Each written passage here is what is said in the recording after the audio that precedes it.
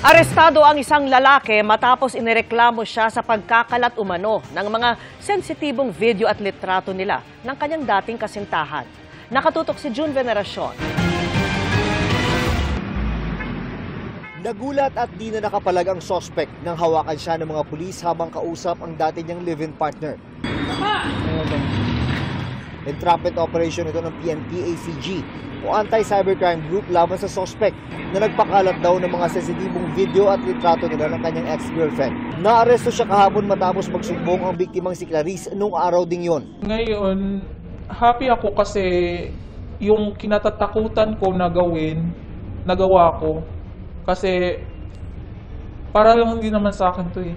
Hindi na raw mabilang ng biktima kung ilang beses nang nagpadala ng private video ang dating nobyo sa mga kamag-anak niya tuwing sila'y maghihiwalay. Nagkakabalikan din naman sila kalaunan. Pero na maghiwalay nitong December 22, isang katrabaho naman niya ang pinadalhan nito ng video.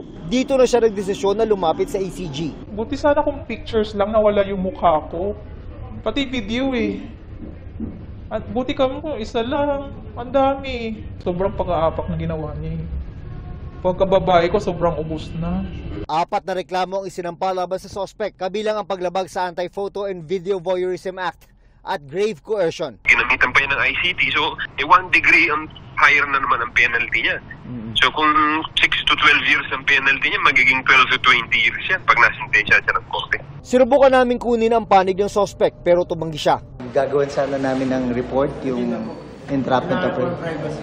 Payo naman ni Clarice sa mga kapwa babae, huwag puro puso ang gamitin kapag nasa isang relasyon. Sana malaman niyo yung limitasyon.